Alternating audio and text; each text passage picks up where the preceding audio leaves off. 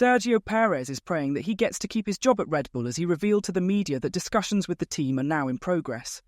But with plenty of great options, including Carlos Sainz, Checo's seat isn't exactly screwed tight right now. Is his future in danger? Let's find out in today's video. Perez's last contract extension with Red Bull was signed during the 2022 Monaco Grand Prix, which was 2 years ago this weekend. But there's no sign yet of a new deal for 2025. Red Bull is currently in a fortunate position regarding driver options. Former Red Bull junior Carlos Sainz, whom Christian Horner recently called Red Bull's nemesis after his Australian GP win, is a strong and available candidate that has Checo's palms sweating. Perez needs to perform well this season if he wants to secure a new deal. Except for a shaky weekend at Imola, he's largely met expectations as a support driver for Max Verstappen in the second RB20. Checo has spoken about the immense challenge of competing against the three-time Formula One world champion. He has often played a supporting role to his Dutch partner, watching Verstappen pass him as he secured 3 consecutive drivers' titles. Perez, who finished a distant second in the standings last season, has been a topic of much speculation in 2024 as his contract nears its end. The pressure is on for him to demonstrate to Red Bull bosses that he deserves a new deal. Despite featuring on the podium in 4 out of the first 7 races this year, the 34-year-old has not won a race in over a year.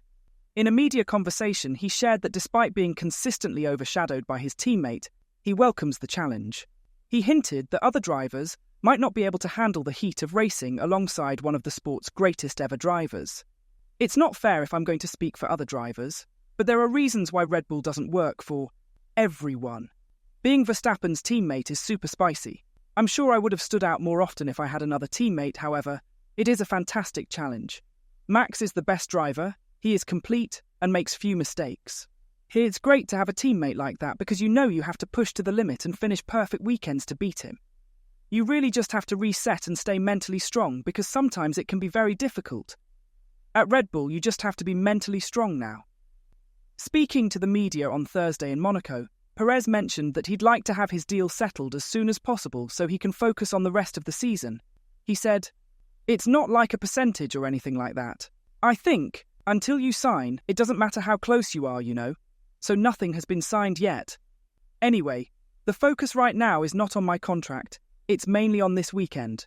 Perez, who won the 2022 race in Monte Carlo shortly before announcing his new deal, emphasised the importance of qualifying on the city's streets. He mentioned that this is his main focus right now, rather than worrying about his future contract. "I know pretty much that it's all down to Saturday, where if we are not on the front row, we won't have a chance of winning the race," he said. "So it's important to be able to get in that first or second row at least." After a tough weekend at Imola, where Perez finished 8th, nearly a minute behind Verstappen after starting 11th on the grid, the Mexican driver emphasised the importance of quickly moving past bad days. "I think Christian Horner is pretty much aware of what's going on. We've had a great season up to Imola," he said. "That was a difficult one and that's it. It's important in my season to reduce those bad days and then it will be a great year because I think I'm on great form. I'm really happy and competitive with the car. There's no reason why we cannot keep the momentum going." Leading up to the weekend, media reports indicated that Perez had declined a 1-year contract extension offer from Red Bull, as he seeks a longer-term commitment. When asked if he would accept a 1-year deal if that was all Red Bull offered, Perez avoided giving a direct answer. The Mexican said, "My main focus for this weekend isn't my contract. I know that the negotiations are underway. At some point we will know and you will be the first one to know. But the most important thing now is not to think 2 years, 1 year, or 3 years. It's about this weekend and Saturday. That's my full focus." Red Bull advisor Dr. Helmut Marko has given his own update on 2 potential options for the second seat at the Milton Keynes team, including his preferred choice. Despite past differences with Perez, Marko emphasises that Red Bull's current driver remains the main focus, and contract talks are already in progress. He told Kleine Zeitung, "The talks are ongoing and Checo Sergio Perez is still our first option. We want to clarify that before the summer break, even though we put absolutely no pressure on ourselves otherwise." Heading into the season, there was speculation about whether Daniel Ricciardo could secure the second Red Bull seat from Perez. But with a somewhat underwhelming start from the Australian, his teammate Yuki Tsunoda is emerging as a more probable alternative to the current Red Bull driver and Sainz. The Japanese driver, currently holds a position in the top 10 of the drivers' standings, leading the midfield pack and even outpacing Aston Martin's Lance Stroll. What's more is that his 15 points exceed the combined points of drivers from the bottom 5 teams, fueling suggestions that he should be given more serious consideration by Red Bull. Marko confirmed Tsunoda's potential, crushing any notion that he is not an option for the reigning Constructors' Champions. Of course, he is also taking part in talks. Generally, we have several options in his contract, so he can commit for several years.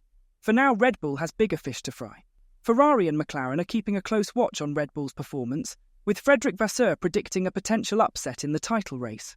The Scuderia team principal is confident that Ferrari won't be overshadowed by Red Bull anytime soon, and believes there's a chance for Red Bull to lose its crown this year. Despite Red Bull's huge lead of 56 points over Ferrari and 114 points over McLaren in the Constructors' Championship, Fred Vasseur, head of the Scuderia, believes that both Italian and British teams are preparing for a robust comeback in the title race. Vasseur anticipates a tight battle for the crown, with the potential for rapid shifts in the standings in the upcoming Grand Prix events. Max Verstappen faced a strong challenge during the Emilia-Romagna Grand Prix, with Lando Norris pushing him all the way to the finish line, closely followed by Charles Leclerc. Lando Norris secured a flamboyant victory in Miami, marking his first win in his career, although it owed its success to a mistake from the safety car. Fred Vasseur sees these close results as a clear indication of the narrow gap between the top teams. He believes that a retirement or a below-par performance could be enough to shift the momentum in the coming weeks. Vasseur sent out a warning to Red Bull, saying, "We still have 17 races to go. It is still too early to make any predictions. At this point in the season last year, we were 100 points behind Aston Martin and we ended up with 100 points ahead of them. This means that the end of the championship is never after the 7th race. It is even more true this season because the gap is very close. It's not very common to have 6 or potentially 8 cars that can win a race. This means that when you are not in good shape, you can go from P1 to P8, and in P8 you score almost 0. The championship can shift in 1 or 2 weekends. Max Verstappen says that Red Bull must operate at 100% to maintain their winning streak. He admits that they haven't been performing at their best in recent races, citing Miami and Imola as examples where any margin for error was evident. Verstappen emphasises the need for flawless execution in race weekends to continue their winning ways, saying, "Things have closed up, which makes it, of course, very important to try and be at our very best 100%. I know that is not always a very realistic possibility, but you always try to get to a certain point, and maybe the last few races we haven't been operating at that." So, is Red Bull finally feeling the heat after their tyrannical run since 2021? Tell us what you think in the comments section down below. And as always, don't forget to like and subscribe to the channel if you haven't. Thanks for watching.